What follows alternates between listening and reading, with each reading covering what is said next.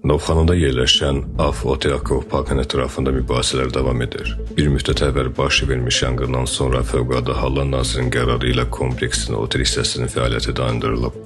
Yalnız akvaparkın işləməsinə icazə verilib. Lakin çəkiliş zamanı otel hissəsində müştərinin qəbulunun davam etdiyini müşahidə etdik. Məsələni araşdırmaq üçün əraziyə yollandıq. Çəkiliş zamanı Af Otel Akvapark mühafizə əməkdaşları tərəfindən jurnalist fəaliyyətimizə bu şəkildə maneələr yaradıldı. Eyni zamanda müəssisənin heç bir səlahiyyətli nümayəndəsi önə çıxaraq səsləndirən suallara münasibət bildirmədi. Bu vəziyyət isə ictimaiyyətdə yaranan sual və narahatlıqları daha da artırdı. Diqqət çəkən məqam Novxana sakinlərinin narazılığı oldu. Çəkiliş zamanı sakinlər otel ətrafında yaradılan paklanma səbəbindən gediş-gəlişin çətinləşdiyini və yolun bir hissəsinin zəbt olunduğunu bildirdilər.